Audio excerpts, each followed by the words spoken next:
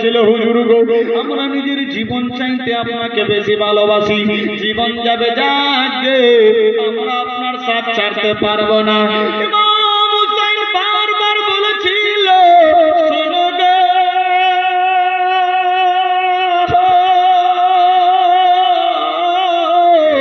আমি বারবার তোদের বলি তোমরা চলে যাও চলে যাও, অকারণে জীবন যাবে। সবাই বললেন না হুজুর না, আমরা ফেরত যাওয়ার জন্য আসিনি, জীবন যাবে আপনার সঙ্গেই থাকবো, জিন্দা থাকলে আপনার সঙ্গেই থাকবো, টেনশন নাই টেনশন নাই। আল্লাহু আকবার আল্লাহু আকবার। ইমাম হুসাইনের ঘোড়াকে টেনে ওঠালো, এবার ঘোড়ার উপরে উঠে এক পা দু পা করতে করতে আগুয়াতে লাগলো। ইমাম হুসাইনের মন কেমন করে যেন চোখ দিয়ে পানি আসতে শুরু হয়ে গেছে। মনে পড়ে গেল আমার নানা বলেছিল, নাতি ভাই হুসাইন রে,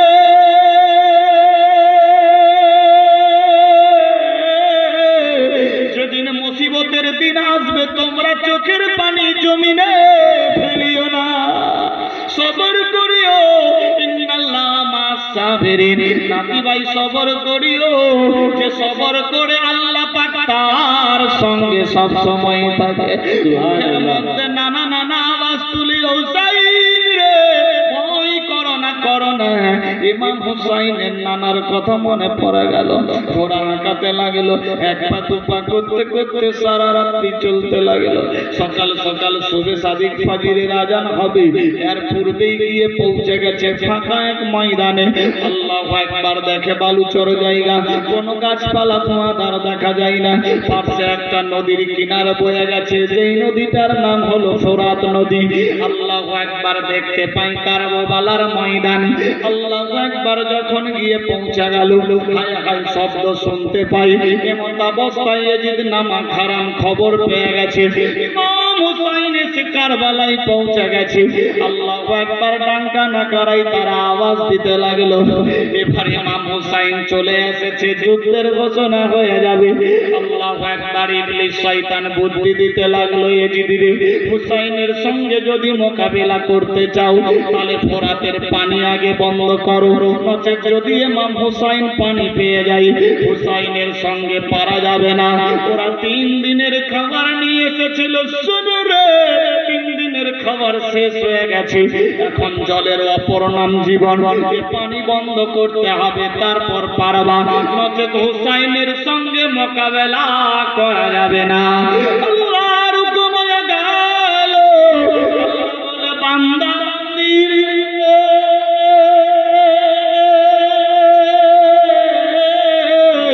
আমি আল্লাহ যারে জিন্দা রাখবো মারতে কেউ পারবে না, আমি আল্লাহ যারে মেরে ফেলবো কাউরি পাপ বাড়াতে পারবে না। আমি ইজ্জত জিল্লতের মালিক, হায়াত মাউতের মালিক আমি আল্লাহ। আল্লাহু আকবার আল্লাহু আকবার। খোদার হুকুম হয়ে গেল, এই নামা খারাম গাদ্দারের দলেরা এক পা দু পা করতে করতে করতে করতে এক এক করে 1000 2000 3 4 5 10 20 হাজার নয় 22,000 সৈন্য কাফেলা নিয়ে ফোরাত নদী ঘেরাও করলো। 22,000 কাফেলা ফোরাত নদী ঘেরাও করলো। আল্লাহু আকবার আল্লাহু আকবার। ডাঙ্কা নাকারায় আওয়াজ দিতে লাগলো, আওয়াজ পৌঁছে গেল ইমাম হুসাইনের কানে। খবর চলে আসলো, কে গো? আমি হুসাইন। বলে কি খবর? বলে কুফায় যাব। না না না, কুফায় যেতে দেওয়া হবে না, তবে একটা শর্ত আছে, যদি এজিদকে ইমাম মেনে নাও, এজিদের হাতে যদি বাইয়াত হয়ে যাও, তাহলে তোমাকে কুফায় যেতে দেওয়া হবে, নচেত যুদ্ধের ঘোষণা দিয়ে দিতে হবে, জিহাদ শুরু হয়ে যাবে। হযরত ইমাম হুসাইন বলেছিল, শোনো রে, সর কাটা সকতে হ্যাঁ, সর ঝুকা नहीं सकते। সুবহানাল্লাহ। নানার সঙ্গে বাচপন কালে বাধা হয়েছে, না না না, তুমি একজন দুশ্চরিত্রা খারাপ মানুষ, তোমার ঈমান ধর্ম নাই, তুমি মাদক পান করো, নারী নির্যাতন করো, হারাম কাজে লিপ্ত হয়ে গেছো, তুমি একজন ডাকাত ক্রিমিনাল, তোমার হাতে বাইয়াত হওয়া যাবে না। আমি আওলাদের রাসূল, দেশের মানুষ মানুষজনেরা আমাকে খলিফা মেনে নিয়েছে। বিরাদার বন্ধুগণ, হযরত ইমাম হুসাইন যখন এই আওয়াজ দিলেন, তোমার কাছে বাইয়াত হওয়া যাবে না, আমি আওলাদে রাসূল আলে নবী, আমাকে সবাই খলিফা মেনে নিয়েছে। আল্লাহু আকবার, আল্লাহু আকবার। এজিদ বলতে চাই না না না, আমার হাতে বাইয়াত হতে হবে। ইমাম হুসাইন বাইয়াত হতে রাজি হলেন না। যুদ্ধের এলান হয়ে গেল। বিরাদার বন্ধুগণ, ইমাম হুসাইনের কাছ থেকে দল চলে গেল।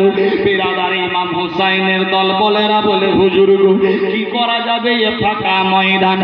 ইমাম হুসাইন তখনও সবাইকে ডেকে আওয়াজ দিতে লাগলো, শোনো রে, আমি শেষবারের মতো তোদেরকে বুঝিয়ে দিচ্ছি, তোদের বাড়িতে বিবি বাচ্চা মা বাপ ইত্যাদি আত্মীয় স্বজন রয়েছে, তোমরা চলে যাও, কাউকে অনাথ অনাহার করিও না, এতিম ইতিমা বানায়ও না, চলে যাও রে, রাড়ি বেবা কাউকে বানায়ও না। আমি নানার সঙ্গে ওয়াদা করেছি, নানার উম্মতদের উদ্ধার করার জন্য আমি এসে গেছি। আজ মুহররমের 5 তারিখ, যাও যাও যাও, তোমরা চলে যাও, নিজের বাড়ি চলে যাও। সমস্ত লোকেরা বলেছিল, হুজুর জীবন যাবে, তোমার সাথ ছাড়ব না। সুবহানাল্লাহ।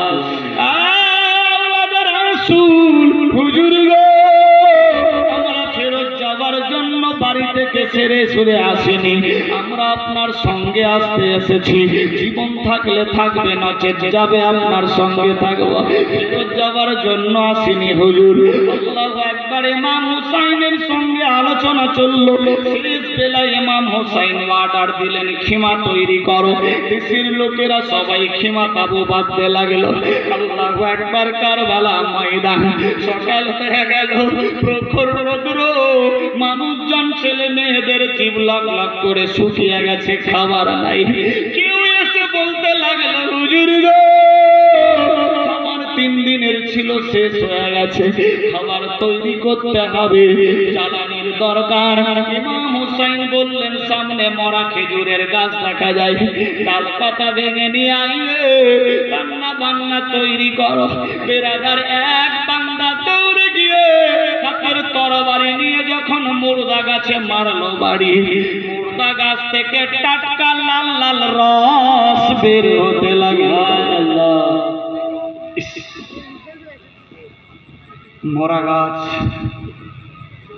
মরা গাছে যখন মারলেন তরবারির আঘাত, টাটকা স্যাঁতস্যাঁতে লাল রস বের হতে লাগলো। দৌড়ে আসলেন, হুজুর, মরা গাছ থেকে লাল খুনের মতো চেহারা দেখা যাচ্ছে। ইমাম হুসাইন বললেন, এটাই কারবালা ময়দান, আর ফেরত যাওয়া যাবে না, আজ মুহররমের 5 তারিখ।